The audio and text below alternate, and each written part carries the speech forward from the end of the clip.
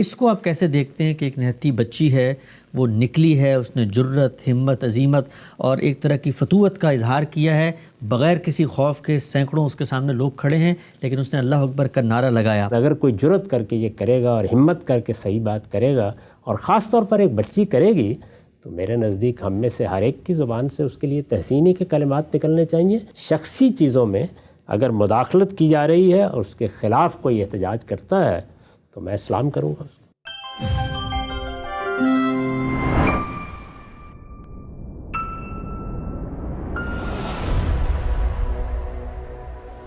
بسم اللہ الرحمن الرحیم۔ السلام علیکم۔ غامدی صاحب کے ساتھ ہفتہ وار سوال و جواب کی براہ راست نشست کو لے کر ڈیلس امریکہ غامدی سینٹر سے حاضر خدمت ہے۔ آغاز کرتے ہیں۔ غام سے بہت شکریہ آپ کے وقت کا۔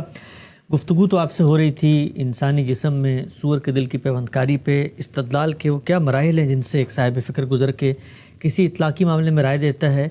6 نشستوں میں ہم نے آپ سے اس میں بات کی۔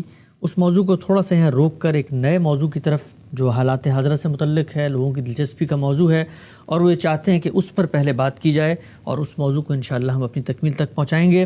آغاز کرتے ہیں۔ آپ کے علم میں ہے ہندوستان کی ریاست کرناٹک میں ایک مسلمان بچی مسکان کو یہ کہا گیا کہ اس نے اپنے تعلیمی ادارے میں اسکارف نہیں پہننا اور اس نے وہ اسکارف پہنا، اس کے پیچھے ایک موب لیشنگ ہوئی، لوگوں کا ہجوم پیچھے پڑا اور اللہ اکبر کی صدائیں بلند کر کے وہ اس تعلیمی ادارے میں داخل ہوئی۔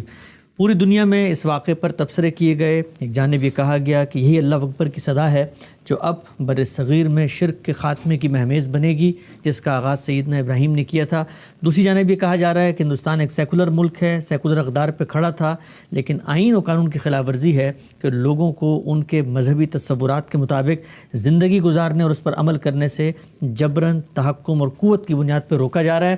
میں چاہتا ہوں کہ پورے مسئلے کے بارے میں آپ کا تجزیہ لوگوں کے سامنے آئے، کیسے دیکھتے ہیں جو کچھ ہوا، اور اب مسلمان عدالت میں جا چکے ہیں، کورٹ میں کیس لگ چکا ہے، وکلاء کا یہ کہنا ہے، سپریم کورٹ کا یہ مطالبہ ہے کہ آپ دینی لحاظ سے اس کو اسینشل حکم ثابت کریں تو ہم پھر ریاست کو حکم دے سکتے ہیں کہ آپ کی بچیوں کو اسکولوں میں اس کی اجازت دی جائے۔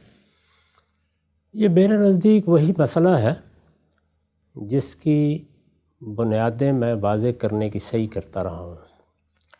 یعنی جب آپ ایک ریاست کا نظام قائم کرتے ہیں تو ریاست کا نظم چلانے میں آپ کا لوگوں کے ساتھ کیا معاملہ ہوگا۔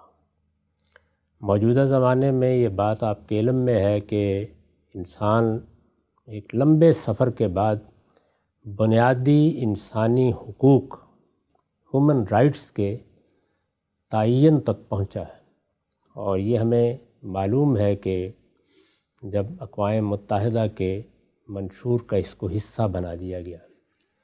اب جب دساتیر بنتے ہیں یا قوموں کے آئین بنائے جاتے ہیں تو عام طور پر اس بات کی ضمانت دی جاتی ہے کہ بنیادی انسانی حقوق قائم رہیں گے اور ان بنیادی انسانی حقوق کے خلاف کوئی قانون سازی نہیں ہوگی۔ اسی طرح یہ ضمانت بھی دی جاتی ہے کہ کسی ایمرجنسی کے موقع پر بھی اگر ان کو معطل کرنے کی ضرورت پیش آ جائے تو یہ جتنی جلدی ممکن ہو سکیں بحال کرنے ہوں گے۔ ایسا نہیں ہے کہ یہ ساری باتیں عالمی سطح پر مان لی گئی ہیں۔ اس وقت بھی دنیا میں بہت سے ملک ہیں جہاں ان حقوق کی خلاف ورزی ہوتی ہے۔ بہت سی جگہیں ہیں جہاں پرانے زمانے کے طریقے پر فاتحین نے بادشاہت قائم کر رکھی ہوئی ہے۔ بہت سی جگہیں ہیں کہ جہاں انقلابی اقدامات کے نتیجے میں مذہبی طبقے کی حکومتیں ہیں یا کسی خاص نظریاتی طبقے کی حکومتیں ہیں اور وہ اپنے نظریات، افکار کو بالجبر دوسروں پر نافذ کرتی ہیں۔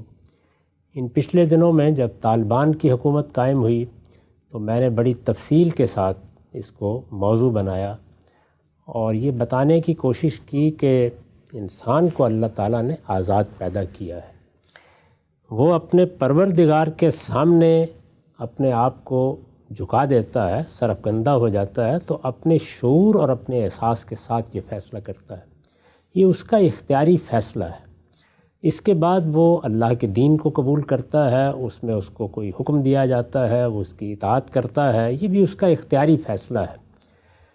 حکومتیں کیوں قائم کی جاتی ہیں متعین کر کے میں نے یہ بتایا کہ 2 ہی وجہ ہوتی ہیں۔ ایک یہ کہ لوگوں کو حق تلفی سے روکا جائے، یعنی دنیا میں کچھ حقوق وہ ہیں جو مذہب نے قائم کیے ہیں، کچھ وہ ہیں جو فطرت کہتی ہے کہ قائم ہونے چاہیے، کچھ وہ ہیں جو عہد سے معاہدے سے قائم ہو جاتے ہیں۔ تو حق تلفی کو روکا جائے، کیونکہ اگر نہیں روکا جائے گا تو انسان اپنے ارادہ و اختیار کے سوء استعمال سے فساد پیدا کر دے گا۔ اسی طرح جان مال آبرو کے خلاف کسی زیادتی کو روکا جائے، یہی کسی حکومت کا دائرہ ہے۔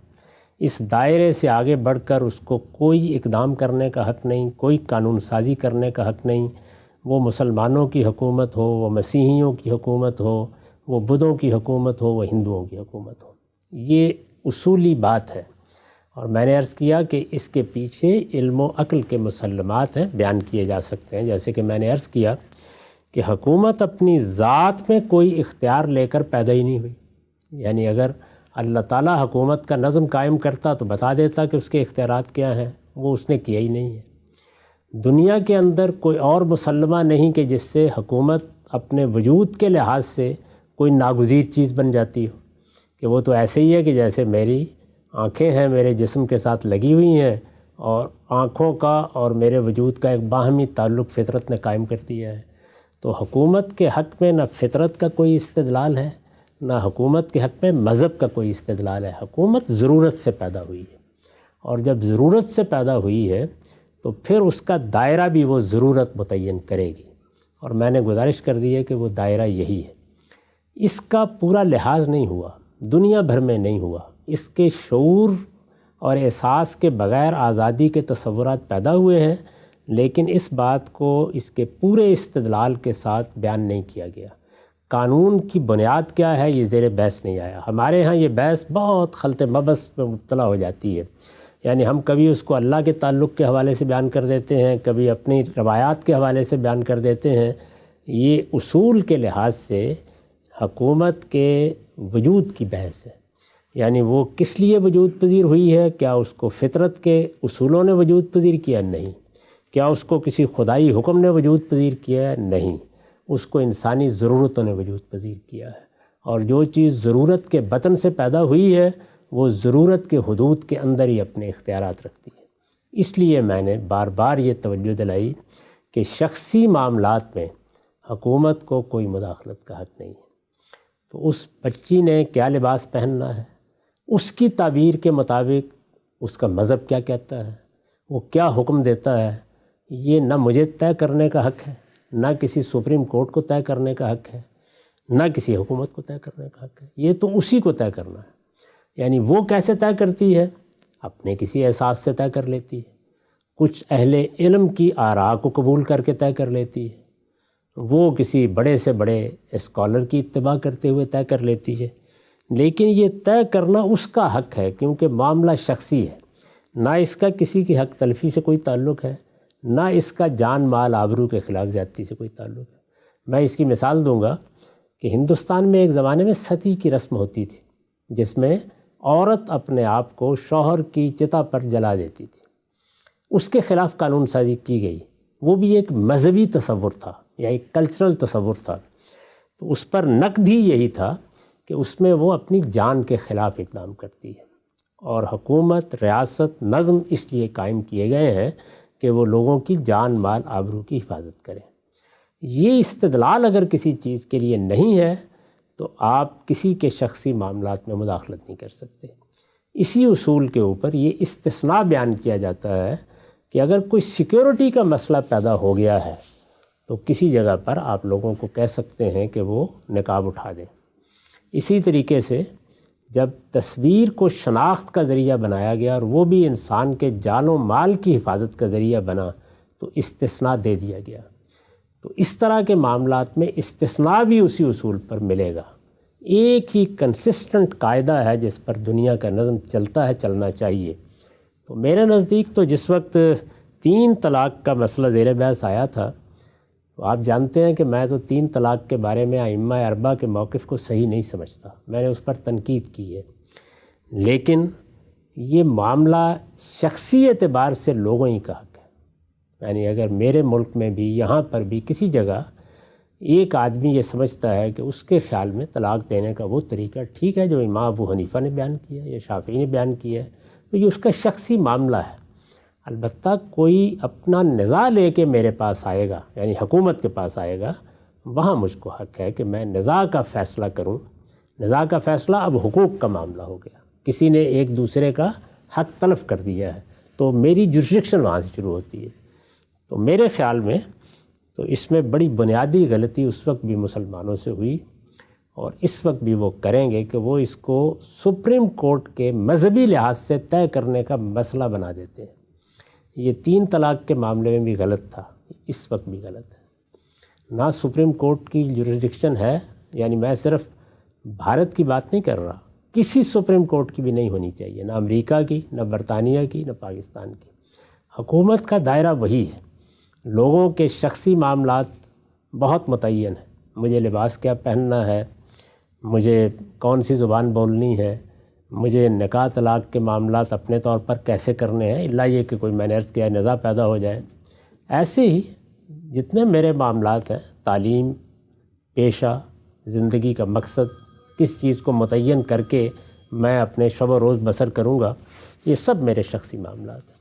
حکومت کی، معاشرے کی مداخلت کی لائن وہی ہے کہ جب میں کسی کا حق تلف کر دیتا ہوں، یعنی وہ حق پہلے آپ کو بتانا پڑے گا کہ وہ حق اپنا استقرار کیسے کرتا ہے، کیا خدا نے وہ حق دیا ہے، کیا وہ حق فطرت نے دیا ہے، کیا وہ کسی معاہدے کے نتیجے میں ملا ہے، تو پہلے یہ طے ہوگا۔ حق تلفی کی ہے میں نے، تو اب آپ کا دائرہ شروع ہو گیا۔ میں نے کسی کی جان مال آبرو کے خلاف زیادتی کر دی ہے، تو حکومت اور معاشرہ اب یہ حق رکھتا ہے کہ میرا ہاتھ پکڑے۔ اس سے پہلے تمام معاملات شخصی ہیں۔ یہ آپ جانتے ہیں کہ اسی اصول پر میں نے طالبان کے اقدامات پر تنقید کی، اسی اصول کے اوپر میں نے بڑی وضاحت سے یہ بتایا کہ ہمارے ہاں جو بادشاہتیں قائم ہوئی ہیں، انہوں نے مذہبی احکام کی تعبیریں نافذ کی، یہاں تک کہ خواتین کے ڈرائیونگ تک کو مذہبی حکم بنا ڈالا گیا۔ اسی طرح میں نے یہ بتایا کہ جو مذہبی حکومتیں قائم ہوئی، انہیں عورتوں کو کوئی لباس پہننے کا پابند کیا۔ اس سے بحث نہیں ہے کہ اس میں دین کا حکم کیا ہے، دین کا حکم یہ طے کس کو کرنا ہے، یہ کسی سپریم کورٹ کو نہیں طے کرنا، یہ شخصی معاملات میں شخص کو طے کرنا ہے۔ تو اس کے نزدیک موسیقی حرام ہے تو وہ حرام سمجھے گا، اس کے نزدیک حرام نہیں ہے تو سنے گا۔ یہ میرا، آپ کا، کسی حکومت کا، کسی معاشرے کا حق نہیں ہے کہ وہ اس میں ادنیٰ درجے کی مداخلت بھی کرے۔ وہ کرے گا تو اپنے حدود سے تجاوز کرے گا۔ تو اس لیے نہ میں فرانس کا یہ اختیار تسلیم کرنے کے لیے تیار ہوں، نہ تیار تھا کہ وہ لوگوں کے بارے میں بتائے کہ لوگ اسکارف لیں گے یا نہیں، نہ ترکی میں خود مسلمانوں نے جب یہ سب کیا تو اس کی کوئی تائید کی جا سکتی تھی، نہ سعودی عرب میں جس طریقے کی بعض پابندیاں شخصی معاملات میں لگائی گئیں یا حکومت کو اختیار دیا گیا اس کا کوئی جواز تھا، نہ ایران میں اس کا کوئی جواز ہے، نہ طالبان کے ہاں ہے، نہ ہندوستان میں اس کا کوئی جواز ہے، اور نہ امریکہ میں اس کا کوئی جواز ہے، کسی جگہ بھی نہیں۔ ہر قانون جب پارلیمنٹ پاس کرے گی، بنائے گی، یا سپریم کورٹ یا عدالتیں اس میں مداخلت کریں گی، انہیں پہلے اپنی جورسڈکشن طے کرنی چاہیے۔ اور میرے نزدیک اگر ہندوستان کے مسلمانوں نے یہ مقدمہ لڑنا ہے تو میں دستبستہ عرض کروں گا کہ وہ اس اصول پر نہ لڑیں کہ وہاں پر کتابیں لے کے پہنچ جائیں اور وہاں لوگوں کو بتائیں، یعنی ججوں کو یہ بتائیں کہ پردے کے احکام کیا ہیں۔ پردے کے احکام کیا ہیں، کیا نہیں ہیں، یہ طے کرنا سپریم کورٹ کا کام نہیں ہے، یہ شخصی معاملہ ہے، یہ طے کرنا اس خاتون کا کام ہے، اس معاشرے کا کام ہے، لوگوں کا کام۔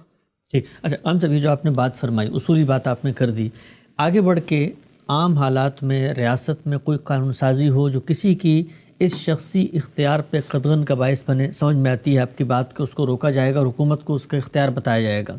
لیکن ایک تعلیمی ادارہ ہے، سرکار کے تحت چل رہا ہے، تو انتظامی معاملات میں تو بنیادی انسانی حقوق کا سوال نہیں ہوتا، وہاں تو وقت کی پابندی بھی طے کی جاتی ہے، داخلے کے حدود و شرائط بھی ہوتے ہیں، اسی طریقے سے یونیفارم اور لباس بھی طے کیا جاتا ہے۔ اب اگر سرکار آگے بڑھ کے کہتی ہے جی یونیفارم کا یہ ڈریس کوڈ ہے، اس کو آپ نے فالو کرنا ہے، اور کوئی مسلمان آگے سے بڑھ کے کہتا ہے کہ نہیں جی میں تو کوئی اور کام بھی کرنا چاہتا ہوں، اور پھر ان سے عدالت پوچھتی ہے کہ کیا یہ اتنا ضروری بنیادی کام ہے آپ کے دین کا، تو چلے ہم کچھ ایڈجسٹمنٹ نکالتے ہیں، تو حق تو ملے گا پھر سرکار کو کہ وہ پابندی لگائے گی کہیں پہ، اور مسلمان آگے بڑھ کے ثابت کرے گا نہیں یہ تو میرا دینی شاعر ہے۔ نہیں، یہ کسی کے بارے میں بھی حق نہیں ہے۔ آپ کو حق ہے کہ آپ یونیفارم بھی قائم کریں، جو جی چاہے قائم کریں، لیکن آپ کو پوچھنا پڑے گا کہ اس میں آپ کسی شخص کو کسی ایسی چیز کا پابند تو نہیں کر رہے جو اس کے شخصی عقائد کے خلاف ہے۔ چنانچہ آپ دیکھیے کہ انگریزوں نے حکومت قائم کی اور فوج جیسا ادارہ قائم کیا تو کیا سکھوں سے پگڑی اتروا دی انہوں نے؟ اس لیے یہ بات ہی ٹھیک نہیں۔ مذہبی لحاظ سے آپ کو اس چیز کو ایڈجسٹ کرنا ہے ہر حال میں۔ یعنی کیا اب آپ یہ پابندی لگانا چاہتے ہیں کہ تعلیم جیسی ضرورت کو پورا کرنے کے لیے آؤ تو پہلے اپنے مذہب کو چھوڑو؟ اس وقت یہ بحث ہی نہیں ہے کیا جائز ہے کیا ناجائز ہے، یعنی یہ طے کرنا کس کا کام ہے؟ یہ میرا کام ہے کہ میں یہ بتاؤں کہ فلاں چیز میرے مذہب میں ضروری ہے۔ اب مثال کے طور پر نماز کے اوقات ہیں، آپ پر لازم ہے کہ آپ مجھے وہ اوقات دیں جن میں میں نماز گزار سکوں، لازم ہے۔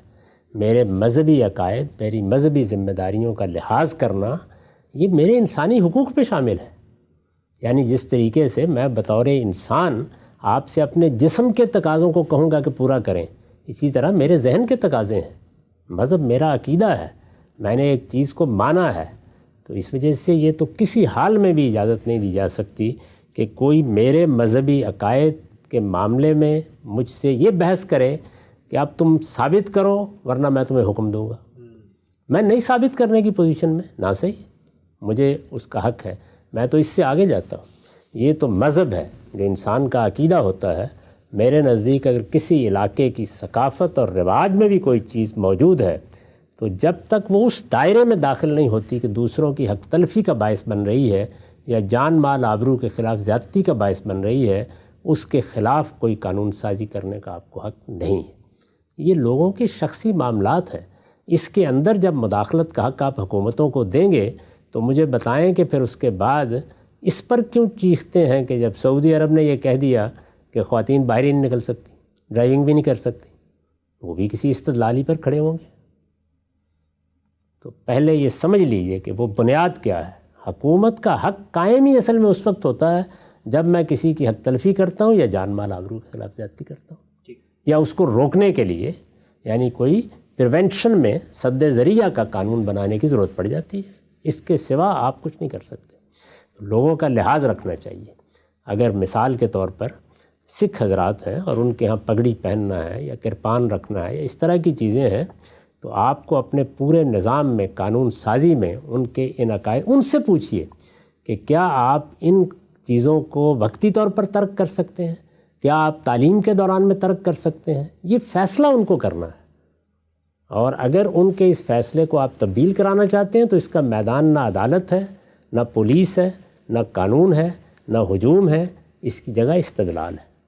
وہاں آئیے اپنی بات بیان کیجیے۔ ٹھیک ہے صاحب، اب تک کی بات کا خلاصہ اگر میں کروں تو حکومت کا دائرہ اختیار قانون کی بنیاد یہ ہے کہ کسی کی جان مال آبرو کے خلاف زیادتی یا حق تلفی ہو، اس کے بعد بندے نے بتانا ہے کہ اس کے دینی رجحانات کیا ہیں، اور تیسری بات کہ کوئی انتظامی فیصلہ ہوتا ہے تو پھر ان دینی رجحانات کو، ان کے احساسات کو ایڈجسٹ کیا جائے گا۔ بحث کو آگے بڑھاتے ہیں، یہ بیان فرمائیے گا، ہندوستان میں ہم دیکھتے ہیں حالیہ چند برسوں میں موب لیشنگ، ہندوتوا کا ایک پورا تصور، مذہبی طور پہ مسلمانوں کی پرسیکیوشن کا ایک پورا جذبہ اور محرک ہمیں نظر آتا ہے۔ اس کو آپ کیسے دیکھتے ہیں کہ ایک نہتی بچی ہے، وہ نکلی ہے، اس نے جرت، ہمت، عزیمت اور ایک طرح کی فتوت کا اظہار کیا ہے، بغیر کسی خوف کے سینکڑوں اس کے سامنے لوگ کھڑے ہیں، لیکن اس نے اللہ اکبر کا نعرہ لگایا۔ یہ نعرہ تھا جس نے لوگوں میں ایک احساس بھی بیدار کیا، جذبہ بھی بیدار کیا، اور لوگ یہ کہتے ہیں کہ اس سے ہمیں میسیج بھی ملا کہ آپ کو ہر جگہ جھک نہیں جانا چاہیے، بلکہ ہمت کے ساتھ، حوصلے کے ساتھ آگے بھی بڑھنا چاہیے۔ بچی کے اس اقدام کو آپ کیسے دیکھتے ہیں؟ جہاں پر بھی کوئی اپنے حقوق کے لیے آواز بلند کرے گا اس کی تحسین ہی کرنی چاہیے۔ یعنی اس پر یہ گفتگو تو ہو سکتی ہے کہ کسی خطرناک صورتحال میں میں کسی کو احتیاط کا مشورہ دوں، وہ اپنے بیٹے اور بھائی کو بھی دوں گا، لیکن بحیثیت مجموعی یہ بالکل ٹھیک ہے۔ اگر میرے معاملات میں مداخلت کی جاتی ہے، حکومت کرتی ہے، عدالت کرتی ہے، معاشرہ کرتا ہے، تو میرا فرض ہے کہ میں اپنے حقوق کے لیے لڑوں، میں اپنا استدلال پیش کروں۔ اس نے کوئی ایسا کام نہیں کیا کہ جس کو آپ جان مال آبرو کے خلاف کسی اقدام سے تعبیر کر سکیں۔ اس طرح کا اقدام تو مجھے کرنے کا حق نہیں ہے، لیکن میں اپنی بات کہتا ہوں، اپنے نظریے کو بیان کرتا ہوں۔ اپنے نظریے کو ظاہر آپ سمبلز میں، علامتوں میں بیان کرتے ہیں، تو ہم مسلمانوں کے لیے اللہ اکبر ایک بڑی علامت ہے، اور ہم اپنے اس جذبے کا اظہار کرتے ہیں یہ کہہ کے کہ اللہ ہی سب سے بڑا ہے۔ اور اسی طریقے سے سکھوں کی بعض علامتیں ہوں گی، ایسے ہی ہندوؤں کی ہوں گی، ایسے ہی مسیحیوں کی ہوں گی۔ ہر ایک کو ان علامتوں کے اظہار کا حق ہے، ہر ایک کو یہ کرنا چاہیے کہ جب اس کے بنیادی حقوق کے خلاف کوئی معاملہ ہو تو وہ مزاحمت کرے، اپنی بات کہے۔ یہ حق جس طرح اس بچی کو ہے اسی طرح افغانستان کی عورت کو ہے، اسی طرح ایران کی عورت کو ہے، اسی طرح پاکستان کی بچیوں کو بھی ہے۔ جہاں تعلیم میں رکاوٹ ڈالی جائے تو ایسے ہی نکل کر احتجاج کرنا چاہیے۔ اسی طرح اگر کسی کے ذاتی معاملات میں، شخصی معاملات میں حکومت اپنی کوئی تعبیر لے کے مداخلت کرتی ہے اور قانون کی طاقت سے اس کو نافذ کرتی ہے تو اسی طرح احتجاج کرنا چاہیے۔ لیکن اس میں ظاہر ہے کہ حکومتیں کس طرح کی ہیں، کہاں یہ ممکن ہے، کہاں کیا جائے گا، تو جان مال خطرے میں نہیں پڑ جائے گی، وہ انسان کا فیصلہ ہے۔ لیکن اگر کوئی جرت کر کے یہ کرے گا اور ہمت کر کے صحیح بات کرے گا، اور خاص طور پر ایک بچی کرے گی، تو میرے نزدیک ہم میں سے ہر ایک کی زبان سے اس کے لیے تحسینی کے کلمات نکلنے چاہیے۔ لیکن یہ ہر جگہ یہی ہونا چاہیے، جہاں کہیں بھی، خواہ وہ مذہبی معاملہ ہے، خواہ مذہب کے خلاف کوئی معاملہ ہے، شخصی چیزوں میں اگر مداخلت کی جا رہی ہے اور اس کے خلاف کوئی احتجاج کرتا ہے تو میں سلام کروں گا اس کو۔ آپ سے بہت اہم بات فرمائی آپ نے۔ یہ بیان کیجئے کہ لوگ یہ بھی کہتے ہیں کہ ہندوستان کی حد تک تو ہم یہ مطالبہ ان سے کریں گے کہ مسلمانوں کو شخصی آزادی ہو، مکمل طور پہ اپنے مذہبی شاعر کے اظہار کی، لیکن باقی جو ممالک ہیں مثلا جیسے پاکستان ہے، وہاں تو ہم اقلیتوں کے ساتھ وہی معاملہ کریں گے جو ہمارے دین نے طے کر دیا، لہٰذا اگر کوئی مشرک ہے تو اس کو مسلمانوں کی سطح پر برابری کی جگہ پر نہیں فائز کیا جا سکتا۔ ہندوستان میں تو ہم کہیں گے کہ ہم برابر ہوں، پاکستان میں ہم انہیں برابر نہیں آنے دیں گے۔ تو یہ جو تضاد ہے فکر کا، اس کو آپ کیسے دیکھتے ہیں؟ اس پر بھی میں بڑی تفصیل سے گفتگو کر چکا ہوں کہ اس میں طے در طے غلطیاں ہیں۔ یعنی بنیادی بات تو وہی ہے کہ نہ پاکستان میں لوگ اس پر کبھی سنجیدہ بات کے لیے تیار ہیں کہ حکومت کا دائرہ کہاں سے شروع ہوتا ہے، نہ افغانستان میں اس کے لیے تیار ہیں، نہ اس سے پہلے جو مذہب کے نام پر حکومتیں قائم ہوئی ہیں وہاں لوگ تیار ہوتے ہیں۔ اور ہندوستان میں بھی اب ظاہر ہے کہ ہندوتوا کا فلسفہ ہے، وہ سمجھتے ہیں کہ یہ در حقیقت ہندوؤں کا ملک ہے، ہندو مذہب، ہندو تہذیب کو یہاں غلبہ حاصل ہونا چاہیے، وہاں بھی کوئی اس کو سننے کے لیے تیار نہیں ہے۔ تو میں تو عرض کر چکا کہ یہ قومی ریاستیں وطنیت کی بنیاد پر بنی ہیں۔ دور حاضر میں چونکہ بڑے پیمانے پر نقل مکانی ہو چکی ہے، اس وجہ سے قومی ریاستوں کے سوا کوئی قابل عمل تصور ہے ہی نہیں، اور قومی ریاستیں اسی اصول پر قائم ہوں گی کہ سب کو برابری کا حق حاصل ہے۔ اس میں کسی گروہ کا بھی یہ کام نہیں ہے کہ دوسروں کی تقدیر کا فیصلہ کرے۔ جس کو اکثریت حاصل ہے اسے زیادہ سے زیادہ جو حق دیا جاتا ہے اور جو مانا جاتا ہے وہ یہ ہے کہ اکثریت کی بنیاد پر وہ قانون سازی کر لے۔ لیکن قانون سازی جب بھی کی جائے گی، وہ اگر مذہبی نوعیت کی قانون سازی ہے تو کسی دوسرے کے مذہب کے خلاف تو ہو نہیں سکتی، وہ اپنی کمیونٹی تک محدود رہے گی۔ ہندوؤں کو حق حاصل ہے کہ وہ ہندوؤں کے لیے کوئی قانون سازی کریں، سکھوں کو حق حاصل ہے کہ وہ سکھوں کے لیے کوئی قانون سازی کریں اپنے مذہب کی تعلیمات کے مطابق۔ میرے دین میں اس طرح کی سرے سے کوئی چیز ہی نہیں ہے جس کا آپ نے حوالہ دیا ہے کہ وہاں غیر مسلموں کے یا دوسری قوموں کے حقوق طے کر دیے گئے ہیں۔ رسالت مآب صلی اللہ علیہ وسلم کے زمانے میں جو معاملہ ہوا وہ بالکل دوسرے اصول کے اوپر ہوا ہے، اور وہ دنیا اب ختم ہو گئی، اس کا کوئی تعلق نہیں ہے۔ اللہ تعالیٰ کی شریعت میں ایسی کوئی پابندی نہیں۔ آپ چاہیں تو قومی ریاست کے اصول پر معاملات کریں، چاہیں تو کوئی دوسرا کل قانون قاعدہ بن جائے، اس پر یہ تنقید تو ہو سکتی ہے کہ وہ انصاف کے مطابق ہے یا نہیں۔ مذہب میں کوئی ایسی چیز نہیں جس کو آپ پیش کر سکیں۔ صاحب آج کی نشست کا آخری سوال، لوگ عام طور پر یہ بھی کہتے ہیں کہ مسلمانوں کے ساتھ کہیں کوئی زیادتی ہوتی ہے تو یہ المورد اور اس کی فکر سے وابستہ جو علماء ہیں یہ اسی طریقے سے امت کے شانہ بشانہ نہیں کھڑے ہوتے اپنے دینی شاعر کے تحفظ، حمیت اور حمایت میں، بلکہ ایسی بات کرتے ہیں کہ جس میں اقلیتوں کے تحفظ کی بات بھی آ جاتی ہے، اصولی گفتگو کرتے ہیں، اپنی زیادتیوں کا بھی ذکر کر دیتے ہیں۔ یہ کیوں نہیں ہوتا کہ اگر مسلمان ایک جذبے کے ساتھ اللہ اکبر کے نعرے کے ساتھ کھڑے ہوئے تھے تو ہم بھی ان کے شانہ بشانہ کھڑے ہوتے؟ یہ پوری گفتگو ریاست کے اختیار، اقتدار اور پھر قانون کی بنیاد اور تمام لوگوں کے ساتھ ہونا چاہیے۔ ان سب باتوں کو کر کے تو وہ جو ایک کیس ہے اس کو کمزور کیا جاتا ہے۔ میں پہلے تو یہ واضح کر دوں کہ ہماری کوئی جماعت یا تنظیم نہیں ہے کہ جس میں یہ جامع تعبیریں اختیار کی جائیں، فلاں کے لوگ فلاں کے لوگ۔ ہم لوگ آزاد لوگ ہیں، اپنا نقطہ نظر بیان کرتے ہیں۔ ہو سکتا ہے کسی سننے والے کو 50% اتفاق ہو، کسی کو 10% اتفاق ہو۔ ہمارے اداروں میں کام کرنے والے لوگوں کے لیے بھی کوئی پابندی نہیں ہے، وہ اپنا نقطہ نظر رکھ سکتے ہیں، اس کو بیان کر سکتے ہیں، اس کو دنیا تک پہنچا سکتے ہیں۔ ایک براڈ لائن ہے جس کے اندر ہم ایک معاہدہ کر کے اجتماعی کام بھی اگر کرنا ہو یا کوئی ادارہ بھی قائم کرنا ہو یا اسی طریقے سے تعلیم تعلم کا یا تحقیق کا بھی کام کرنا ہو تو وہ کام کرتے رہتے ہیں۔ تو پہلے تو اس چیز کی لوگوں کو اصلاح کرنی چاہیے کہ ہم سے وہ اس طرح کی توقع نہ کریں کہ ہم یہاں سے کوئی لوگوں کے لیے قاعدہ بنا کر اس کا نفاذ کر دیں گے اور پھر لوگ اس کی پابندی کریں گے. یہاں ہوں وہاں ہوں پوری دنیا میں المورد کے ادارے قائم ہیں، سب لوگ اپنے فکر میں آزاد ہیں. میں نے عرض کیا کہ ایک براڈ لائن ہے جس میں وہ ایک پابندی قبول کرتے ہیں اور اس کے تحت یہ ادارے چل بھی رہے ہیں اور کام بھی ہو رہا ہے، اور یہ سب جمہوری اصولوں کے اوپر کام کر رہے ہیں. اس میں کسی کو کوئی نہاب حاصل نہیں ہے. میرا نقطہ نظر کیا ہے؟ میں پہلے دن سے یہ عرض کر چکا ہوں کہ 2 نکات پر مبنی ہے. ایک یہ کہ میری یہ ذمہ داری ہے کہ دین کیا کہتا ہے اور تہذیبی اقدار کس چیز کا پابند کرتی ہیں، ان کو سامنے رکھ کر اپنی رائے دوں. ہمیشہ میں نے اسی اصول پر رائے دی ہے. یہ کسی کی حمیت میں رائے دینا، کسی کی حمایت میں رائے دینا، کسی کے تعصب میں رائے دینا، میرے لغت میں یہ الفاظ نہیں ہیں. مجھ سے تو آپ یہ پوچھئے کہ جو رائے میں نے دی ہے وہ دین کے مطابق ہے یا نہیں ہے، اس میں علم و عقل کے استدلال کو ٹھیک رکھا گیا ہے یا نہیں رکھا گیا. میں اپنا فیصلہ بھی اسی اصول پر کروں گا، اپنی بات بھی اسی اصول کے اوپر لوگوں کے سامنے رکھ دوں گا. اس میں یہ فلاں مسلمان ہے یا فلاں غیر مسلم ہے، یہ میرے ہاں کوئی اہمیت نہیں رکھتا. وہ حق پر ہے تو ظاہر ہے کہ میں اس حق کا ساتھ دوں گا، وہ باطل پر ہے تو کہوں گا کہ اس کو اس باطل سے بچنا چاہیے. اور جہاں تک اس کا تعلق ہے کہ جب کوئی معاملہ ہو تو اس میں کس کو موضوع بنانا چاہیے، تو میرے سامنے جو دوسری بات میں نے عرض کی وہ یہ ہے کہ قرآن کی یہ ہدایت رہتی ہے کہ بنی اسرائیل پر حملہ کرنے والے زیر بحث نہیں ہیں، بنی اسرائیل زیر بحث.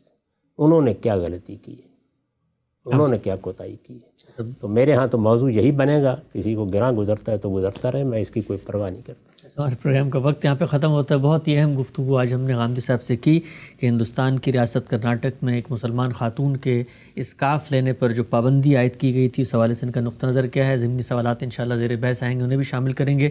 پروگرام کا وقت یہاں پہ ختم ہوتا ہے. اب تک آپ کا بہت شکریہ.